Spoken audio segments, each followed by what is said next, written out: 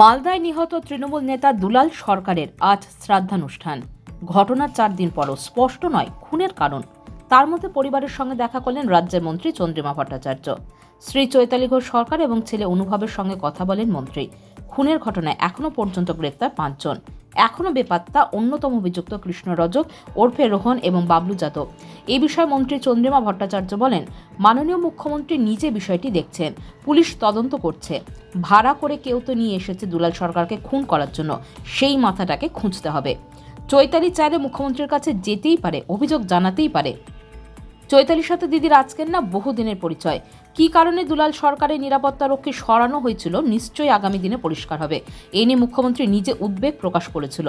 দুলাল সরকারকে খুনের পেছনে যে গোষ্ঠী হোক না কেন, কোনো রাজনৈতিক দলই হোক না কেন, ধরা পড়বেই।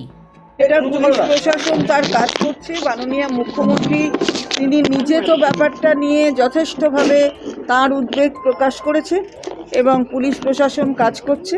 আমাদের বিশ্বাস যে নিশ্চয়ই যারা এর মাথা আছেন, পেছনে আছেন, তারা উপযুক্তভাবে তাদের ধরা পড়বেন এবং উপযুক্ত পদক্ষেপ নেওয়া হবে।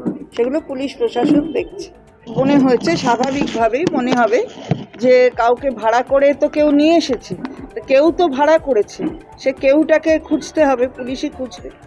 এরা তো ভাড়াটে বলে যা আমরা শুনছি সংবাদ মাধ্যমে, পুলিশের তদন্ত আরও পরিষ্কার হবে সেটা। কিন্তু যদি ভাড়াটে হয় তাহলে কেউ তো ভাড়া করে নিয়ে এসছে, তাদেরকে খুঁজবে না। পার্শ্ববর্তী দেশ কি হবে আমি জানি না, কিন্তু পুলিশ যেখান থেকেই হোক, আমাদের পুলিশ প্রশাসন যথেষ্টভাবে তারা নিজেদের সজাগ রেখেছে বলে আমাদের বিশ্বাস। এবং আমাদের চৈতালিও বিশ্বাস রাখে যে নিশ্চয়ই যে অপরাধী সে ধরা পড়বে। আমরা দেখি মাননীয় মুখ্যমন্ত্রী নিজে তো নজর রেখেছে। অভিযোগ তো থাকবেই, কেউ ওর হাজবেন্ডকে এরমভাবে মেরে দিয়েছে, তো ও একটা ছোটোবেলা থেকে ওর সঙ্গে ওর সাথে ওর ভাব আর কি, যে হাজবেন্ড হবার আগে থেকে, তো সেখান থেকে তো একটা মানুষকে এরকমভাবে মেরেছে, তা স্বাভাবিকভাবে ওর দুঃখ প্রকাশ আমার কাছে করেছে এবং আমার সাথেও প্রথম দিন থেকে আছে। মাননীয় মুখ্যমন্ত্রী ভীষণভাবে উদ্বিগ্ন।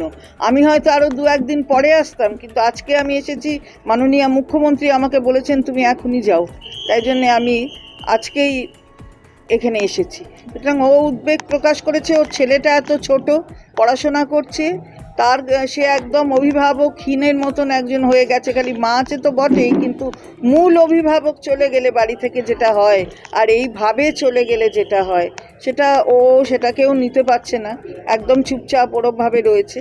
তো দেখে কি বলবো, তো বলার কিছু নেই, কিন্তু নিশ্চিতভাবে বিশ্বাস রাখি যে যারা করেছে তারা উপযুক্ত শাস্তি পাবে এবং ধরাও পড়বে। মুখ্যমন্ত্রী নিজেই বলেছেন যে নিরাপত্তা ওর সরে গেছে, সেটা মুখ্যমন্ত্রী তার উদ্বেগ প্রকাশ করেছে। আমি জানি না কেন পুলিশ প্রশাসন সরিয়েছে, কার কথায় সরিয়েছে, সেটা নিশ্চয়ই আগামী দিন সব প্রকাশ পাবে। গোষ্ঠী কোন্দল টোন্দল জানি না, কিন্তু যদি কোথাও কেউ কিছু করে থাকে, সে যেখানে যে গোষ্ঠীর যে হোক না কেন, অন্য রাজনৈতিক দল হোক, সাধারণ লোক হোক, কিংবা গোষ্ঠী হোক, তাই ধরা পড়বে। অপরাধীর কোনো জাত বর্ণ এসব থাকে না, শ্রেণী থাকে না, অপরাধী। সুতরাং সেখানে সে ধরা পড়বে এবং তার উপযুক্ত শাস্তি হবে। না, অবশ্যই কিছু না কিছু তো থাকতেই পারে, সেটাই তদন্তে উঠে আসবে। কারণ এই যে আমি প্রথমেই বললাম, যদি কাউকে ভাড়া করে নিয়ে আসে পাশের রাজ্য থেকে, তার মানে কেউ তো করেছে, তাহলে নিশ্চয়ই কেউ আছে, সেগুলো দেখবে পুলিশ, সেটা আমি বিশ্বাস রাখি। দলের মধ্যে সেটাকে তো আমি তো আগে থেকে বলতে পারবো না, আমি তো অ্যাস্ট্রোলজার নই, কি করে বলবো? না, আমি তো পুলিশের রিপোর্ট আমাকে পুলিশ দিতে বাধ্য নয়। পুলিশের রিপোর্ট যা দেবে তা মাননীয় মুখ্যমন্ত্রীকে দেবে। সুতরাং পুলিশ নিশ্চয়ই সেটা খুব সচেতন এবং সজাগ হয়ে কাজ করবে এবং করছে, এটা আমার বিশ্বাস। কারণ তাকে রিপোর্ট করতে হবে মাননীয় মুখ্যমন্ত্রীকে। তো ছিল নিশ্চয়ই, গ্রেপ্তার যখন হয়েছে তাহলে কিছু না কিছু তাদের সাথে যুক্ত হওয়ার মতো কিছু তথ্য পেয়েছে বলেই পুলিশ করেছে তাদের গ্রেপ্তার।